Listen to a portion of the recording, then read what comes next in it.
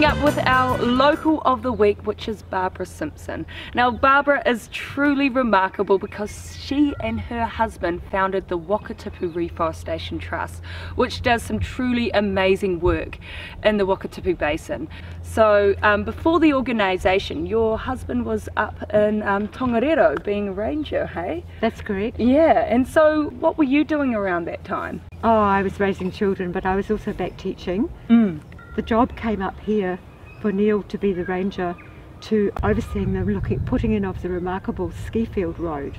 Jean Malpas, was that your brainchild to come up with that? Well, first of all, there's a trust for the islands up the lake. People think they're dock islands, but they're not.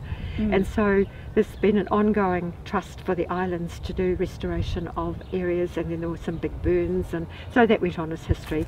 And so we thought the planting over there didn't need to continue because it's regenerating, and so we looked and thought we need to look at the Wakatipu Basin, because without taking in Bob's Cove and places like the back of Arrowtown, etc., which hasn't had the sustained burning over time, we probably only have 5% native vegetation. What would be your favourite native? I know that's a hard question, but I'll show you if you come this way. I really love the, you know, the lancewood. oh yeah. Yeah, so we're going to come this way. But this lovely little fellow here. Oh, I love this plant. I really do. Is a brother, sister, cousin of the normal lancewood that's in the forest. This one here is one of our 5, probably what we call rare and endangered in this Wakatipu Basin. At home we'd been potting up plants for years, and our vegetable gardenscape was a potted up area Metropolis. And you couldn't move, and we'd always thought, where would we have a nursery? And so because of one thing led to another, we had the great help of Vanessa Van Uden, the mayor. Went to see her and said, this is where we'd like to do it because it's sunny, it's sheltered, and so although this is public land here, we are a public volunteer facility, so it really does suit.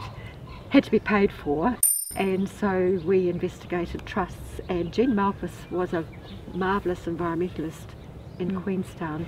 She used to sit in council meetings and then write up submissions on anything environmental.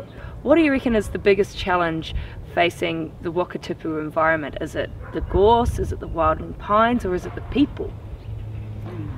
Gorse isn't a problem here.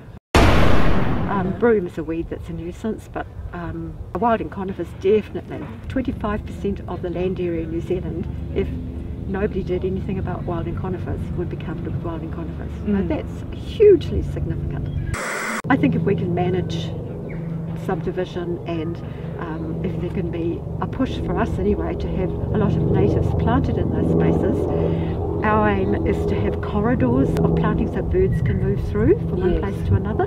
So it's just up that whole environmental aspect of just bringing back what we've lost. Which leads to the book, hey? Yes, of course. Yeah. And so we have this awesome book which will tell people in lists. It gives a lot of background information about what was here and what should be here, and it gives lists of plants, and it also what was here and what should be here, and it gives lists of plants, and it also tells you all about what places they will be better to be planted in, etc, etc. So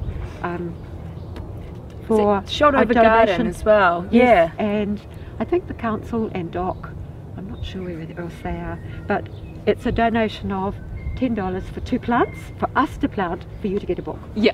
So if somebody wants to lend a hand in helping with some of these plant days, where should they sign up? Well, we've got a really good website, plus we're also on Facebook.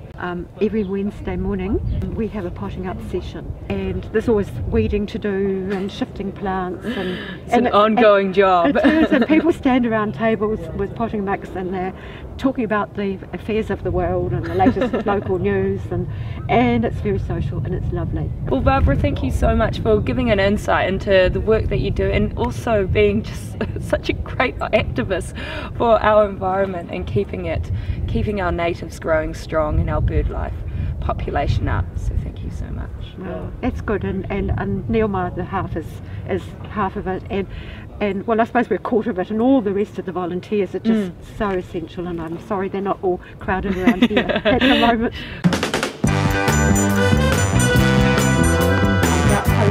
Someone came out with the phone. I put the phone on the bonnet of the car, and someone drove off. So we walked the road and didn't find the phone. So I thought, oh, I'll ring the radio station, because Ferg used to be great at just putting something on. And I rang, and I didn't know I was live. And he was asking all these stupid questions and all sorts of stuff. And here I'm being blathering out to the whole of the Queenstown district.